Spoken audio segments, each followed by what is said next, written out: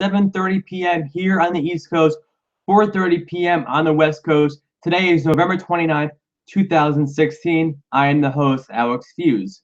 We have a big show tonight as I am joined right now by Ethan Tucey. Ethan has been on my show a few months back on a special edition show called Across the Country Sports.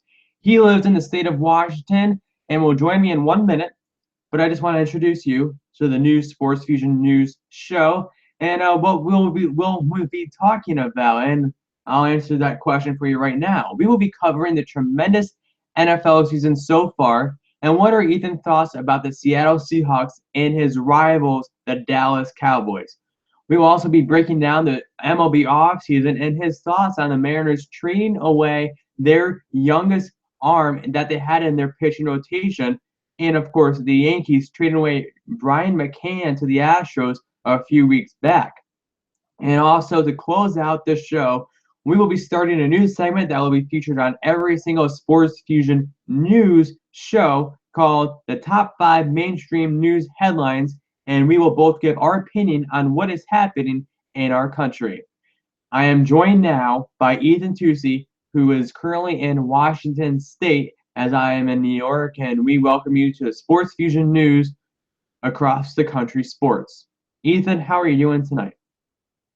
Doing very good, Alex. So how's the internship at the 104.5 ESPN radio? It's going great. Yeah, thanks for asking, Ethan. And I was there today, and Levac and Gaz do a great job on that show. You can listen to that from 2 to 7 p.m. here in the capital region of New York State on 104.5 ESPN radio. But let's get right into it, Ethan. And the Seahawks had a huge victory against the Patriots a few weeks back. Does this prove to you that this team can go far in the playoffs? I mean, anytime you got the Legion of Boom healthy, you got Russell Wilson healthy, and Pete Carroll coaching the way he does. Yeah. They're always a threat to any team. But each year you see a little bit of inconsistency with their team due to the fact that they're really ranked near last in offensive line. They don't have a really good offensive line, and it's cost them some games, but we wouldn't have the defense we would have if we paid so much for offensive line. So, yes, it sucks, but the team's good, and I do see them.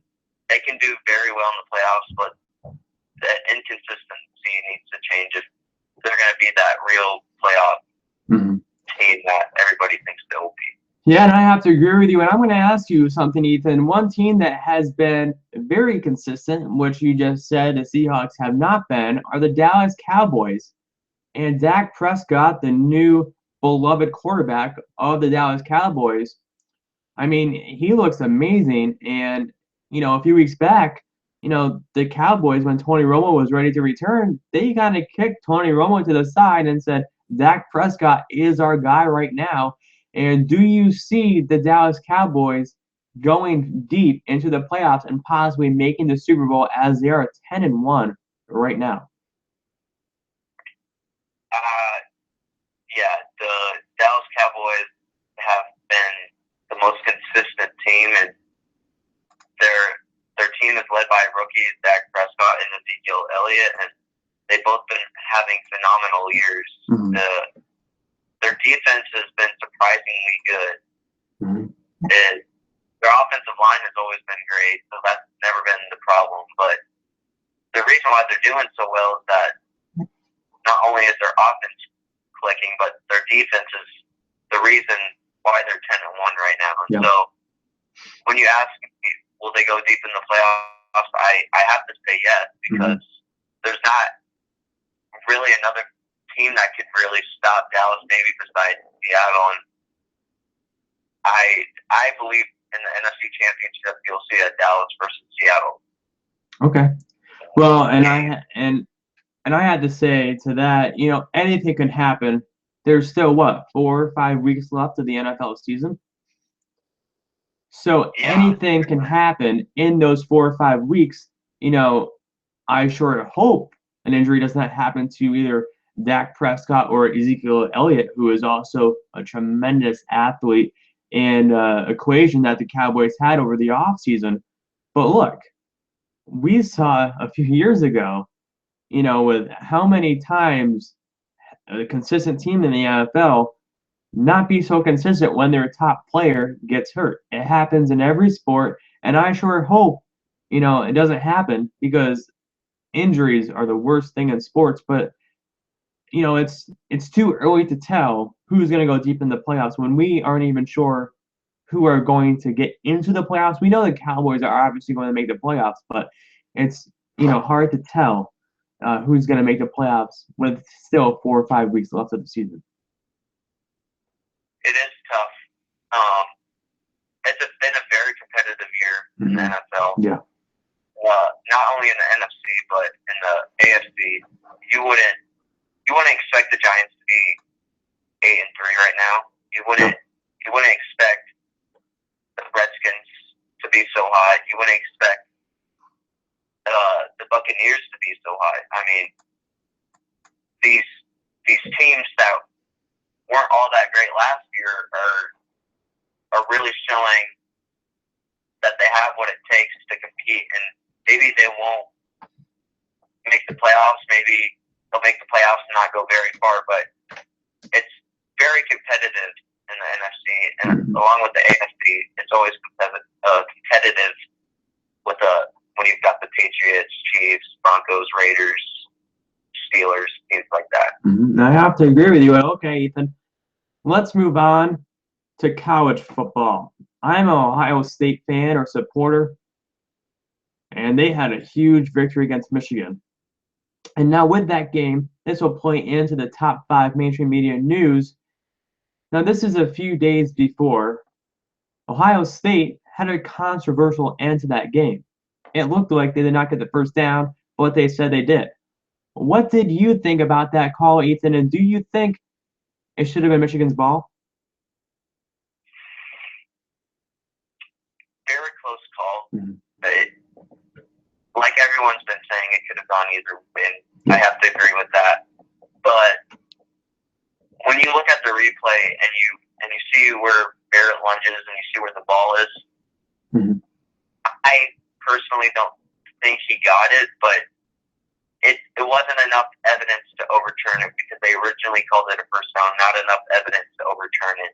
So the call stands. So I mean, if I'm a Michigan fan, I would have been very upset. But it's a call that there's just not enough evidence to overturn because it was so close. Yes, I have to agree with you on that. And also, college football, the playoffs are coming right up. I can't believe it seems like the college football season just started a few weeks ago, but it's been 10 weeks pretty much. And it's been an exciting college football year. Rankings have come out yesterday. And, it's been exciting season. And I'm ready for these playoffs. And Ohio State are ranked pretty high up in those rankings. And now, Ethan, let me ask you, what do you think about these rankings? I have to agree with them. How about you? I agree with them. I think Alabama deserves number one because they've had the toughest schedule and they've just been dominating teams all year. OSU's played against some very tough teams and they've beaten them. Clemson and UW. I mean, you got the top 4 right there, but it'll be interesting to see this final week with the championships coming up because OSU doesn't get to decide their fate. They'll make the playoff, but we don't know if they'll stay number 2. Clemson could have a huge win in their championship game and possibly switch with Ohio State. You just don't know. And Washington's playing against a very good Colorado team. And so things can change quickly with Wisconsin and Penn State and Michigan right on their tail. It's very close. But if everyone takes care of business, I think this week's college football playoff rankings will be the same next week if everything goes to plan. Okay, Ethan. And we'll switch gears now and go on to the MLB offseason. And your team, the Mariners, are looking into this free agent called Doug Fister. You haven't heard of him? He's an extremely talented pitcher. And I want to ask you, Ethan, what's your opinion on Doug Fister? This is also going to play into the top 5 mainstream media news that we'll be talking about. So that's 2 already, 3 more to come shortly here on Sports Fusion News. But Ethan, let's get right into it here. Doug Fister, do you see him being a good Mariners athlete? Yeah, he actually used to play with the Mariners back 2012 era. He was a very solid pitcher. He was, when we traded him to Detroit, he was actually pitching better than Felix was. Wow. And so, very consistent, but he's been injury prone most of his career. He was injured back in when he played with Washington in 2015, and when he played with Houston last year, he had a terrible second half of the season. I think he was like second highest ERA among qualified starters. So it's kind of tricky to see. I think he's a fix it. He'll be plugged into like the number 3, number 4 spot in our rotation.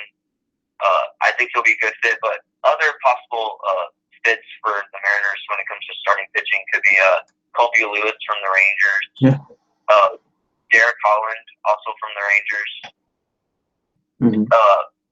Jake Tevy from San Francisco. Just guys that came off down years or solid years but are inning eaters. That's what Dakota wants. He wants an inning eater who will be healthy. So it'll be interesting to see if he'll make a trade or go through free agency for that middle rotation starter. Yeah, I have to agree with that. And okay, let's go on to the the third mainstream media news, and that is Yankees last week traded away their catcher Brian McCann to the Astros. And I'm going to answer this question, Ethan, if you don't mind. What do I think about the Yankees getting rid of Brian McCann? And, I'm actually happy the Yankees got rid of Brian McCann. I enjoy Brian McCann here in New York, of course, but where does he fit into this Yankees team next year? If you look at it, Gary Sanchez, tremendous player. We saw him perform, in August and September, hitting over 20 home runs in just 2 months. And he's obviously going to be the starter catcher for the Yankees next year. And Brian McCann, where was he going to do? Where was he going to play? Designated hitter? Well, I think the Yankees wanted to really get into that starting rotation depth that they got from the Astros in return. So I think overall this is the best move the Yankees could make in the offseason so far. And hopefully they can make some more moves in the offseason here, right, Ethan?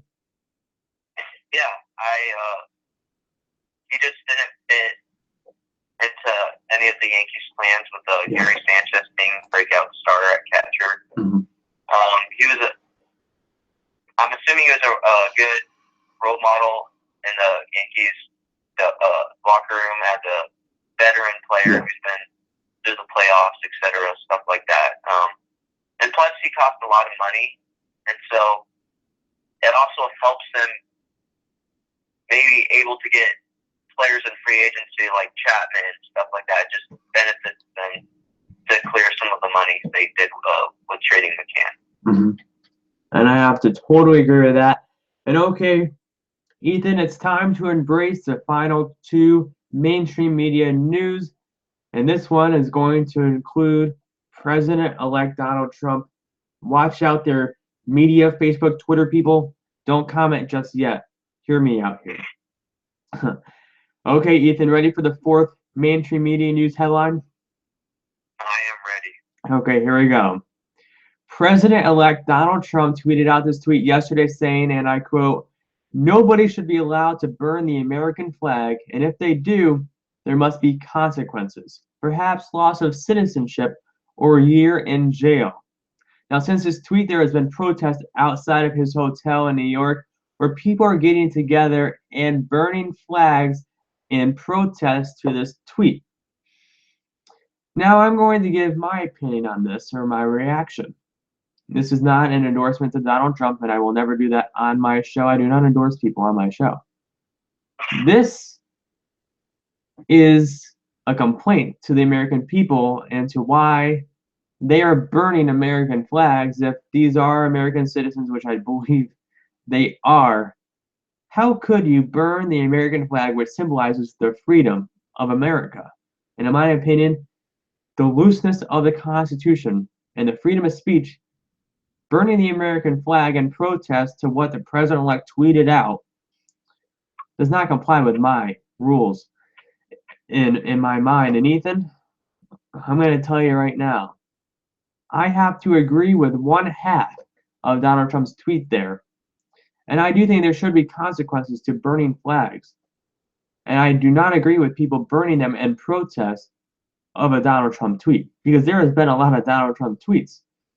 But I do not think burning American flags in front of the Trump hotel in protest, that's not a good move. Ethan, what do you think?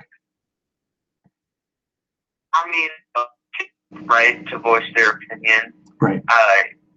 I do think it's but not burning the American flag. No, it's just extremely disrespectful to do that. I mean, yeah, I mean, maybe you don't like Trump as president, but what does burning the American flag do?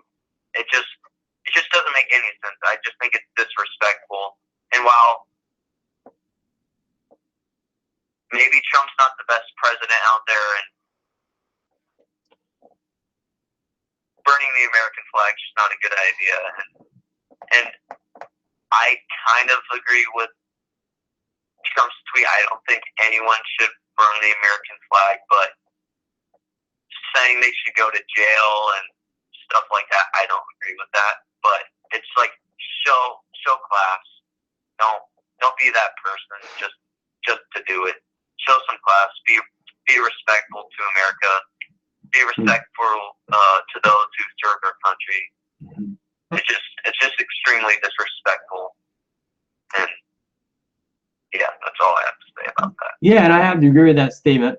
And it's also should be noted that Hillary Clinton in the past has endorsed consequences, if you will, to burn the American flag. So this tweet has come on left sides, not tweet, statement on both sides of the former candidates to be president, and they both had the same stance. Hillary Clinton had the same stance about 10 years ago. So it should be interesting to see what happens with the Trump president, to see if there are any consequences to burning American flags. I think there should be consequences. I'm not going to say that you should lose your citizenship to America or be put in jail for a year. I'm just saying there should be consequences, and you should not do that. Okay, Ethan, now that we got that news headline over with, let's end the show on a bright note. And I have a Netflix account. I love watching Netflix. I don't know if you have a Netflix account, do you? I do. Well, Ethan and Fuse Nation fans that are watching this show, if you have a Netflix account, they came out with a new update today. I don't know if you got a chance to check in your updates to see what new updates your phone has today, but if you didn't, go check that Netflix new update. And they put on their Twitter page this morning saying you can now download your favorite shows to watch, quote, anytime. So if you're going on a road trip, airplane, and you want to watch your favorite Netflix show or movie, or a movie on Netflix, you can do that and watch it anytime without using any data. Now, what is your take on that? Because I love that. Yeah, I mean, who doesn't? I mean, Netflix uses so much data, so this is the first time I'm hearing it. So this is, I'll be watching Netflix all the time now because that's just absolutely really cool. Netflix has always been something that I've enjoyed, and an update like this just makes me enjoy Netflix even more. It's almost as better as McDonald's breakfast all day. Okay, Ethan, I want to say thank you for taking the time to join me on this Sports Fusion News episode, and I hope to talk to you very soon in the next few weeks. Yeah, this was a great episode. I'm glad things got back to cross-country sports. I'm very excited. Okay, Ethan, thanks for coming on. I will talk to you later. Okay, Fuse Nation, that concludes the Sports Fusion News Show. Thanks for tuning in and watching the show. Please, of course, follow me on Twitter at AlexFuse, and you can also follow Ethan at EthanTucey211. Also, please like this video, comment below what you thought of it, and always be a subscriber of Sports Fusion News by hitting that small button that says subscribe.